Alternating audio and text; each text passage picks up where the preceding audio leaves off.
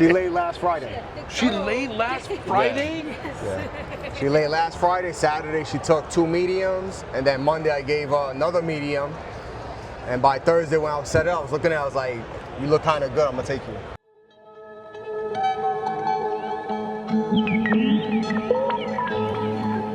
What is up, everybody? It's your boy MJ with another MorphMarket vlog. Hit that like button, hit that subscribe button, drop a comment. We are looking for the coolest reptile booths here at the NARBC Tinley show. So why don't we get to it? All right, guys. If you don't know who Vin Russo is, I'm about to put you on game. Cutting Edge Herps. What's up, Vin? How you doing, man? Here we are at the Tinley, your backyard show. How you feel? I feel good, man. It's been a good show. The first thing would be these cool blood boas.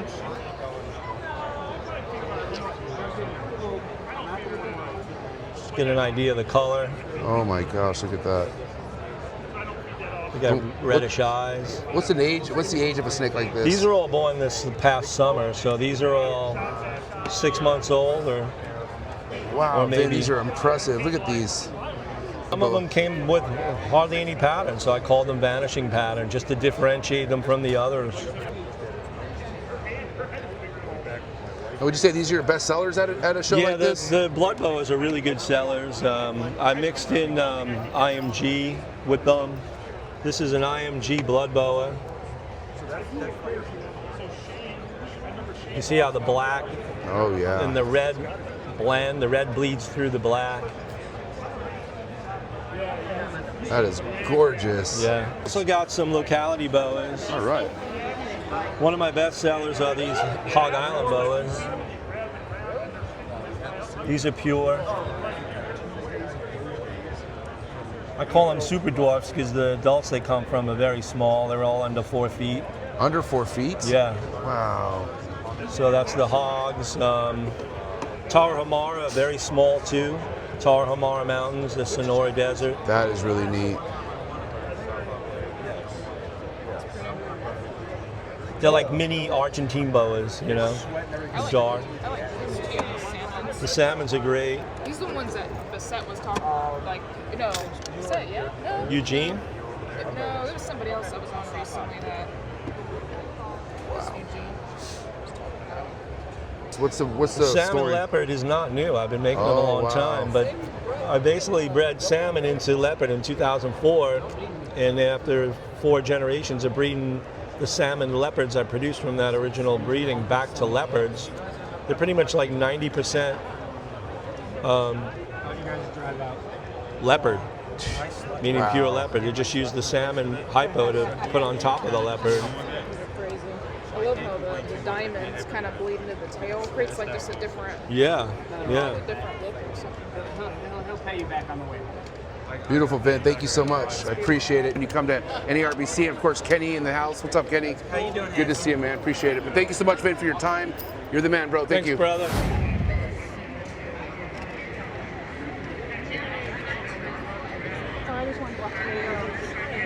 I'm at my man Nick's booth. Definitely one of the coolest freaking booths at NARBC. Good to see you, Nick. Good to see you too, man. So why don't you break down this whole booth, man? What do you have here, and where did the whole thought behind a booth like this come from? So the whole thought started, I saw this on Facebook, this stump here, and I was like, I could make something out of this. So I made the whole tabletop, and then I found this stump and just went from there. I went crazy with the lights and everything.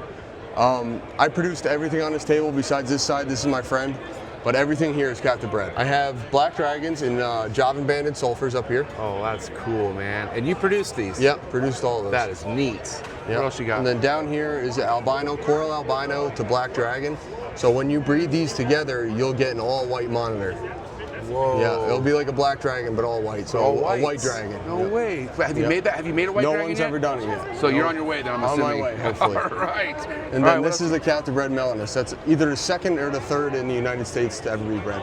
Captive bred quints? Yep, captive bred quints. So quint, they've been around, but they haven't been produced here. They haven't been produced What's the thought behind that? Like, what do you think? People aren't getting them cold enough. So I was getting them down to like 65, 70, and then bringing them up in the spring, and that's what sparked the breeding. Yeah.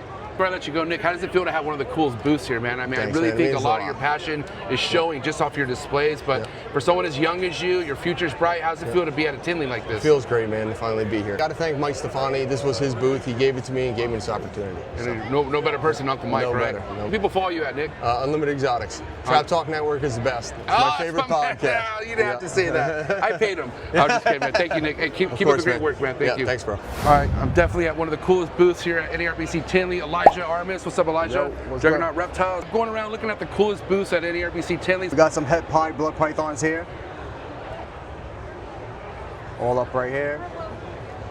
So these are all het pied? Yep. Wow. Either double het for pied or T-neg or T+. So we're about to really see the force of pied in the pied game here with the bloods oh here. yeah, it's coming, yeah. Wow. Then we have Druid right here. So the super version to that is a leucistic type of animal. It's the super Druid. I'm gonna show that in a minute. But it's kind of like the fire gene and ball pythons and some of the other species as well, where you kind of lighten up other combos. So if you put that to like a golden eye, you get like the phantom stuff. So what seems to work better for you, Elijah, as far as like popularity, the darker stuff or the lighter stuff? It's kind of like a lot of people are gravitating towards the Druid stuff because it's like that gene you kind of see in you find a lot of like in ball pythons, like really unique mutations. Like blood pythons already have it held down when it comes to like oranges and reds, really dark red animals. That's what they're known to get. But to have certain genes like this animal here, it's gonna almost look like a crystal glow ball python when it's an adult, real bright. Wow. But it's never gonna get that deep red you're gonna see in some of the other blood python morphs and stuff like that. So what adults did you bring? What's going on over there? So we got a breeder female pied. Wow, look at that, man. That is gorgeous. And she actually recently laid a clutch, so she's a proven breeder. She recently laid a clutch and she's still big like that? She laid last Friday. She laid last Friday? Yeah. She laid last Friday. Saturday she took 2 mediums, and then Monday I gave her another medium. And by Thursday when I was set it up, I was looking at her, I was like, you look kind of good, I'm gonna take you. Yeah, I would have never even known she laid a clutch. She held on to a lot of weight even after laying. I think it was maybe 11 eggs or so. So that's a pied. Hopefully she proves out though. I'm hoping she's past het for T-neg albino, which is the true albino. And then right here is the super Druid. So dude, here it is, man. This is and you don't show this snake off a lot. Like you've had it, and it social media. But I have 3 of them, so I'm constantly rotating because all 3 have different looks. I have one that's a lot more reduced in the pattern that's coming in, and then I have one that has even more pattern, but the gray is a lot lighter. This is a type of leucistic. It was born solid white, but as its ages, the pattern keeps coming in. And it's a gray pattern, so it's not black. Some people see it and they think it's black, but it's actually a gray pattern. But it's actually like the pattern that's under the snake, would have been under the snake, is coming through, because it's not like the cow retics where it's kind of all the spots all over the place. Dude, look at that thing, man. So you can see a solid pink tongue on it. Yeah, look at that. A pink tongue. Wow, that's interesting. And then it does have blue eyes, silver and blue eyes. There they are. Belly's completely white as well. Right.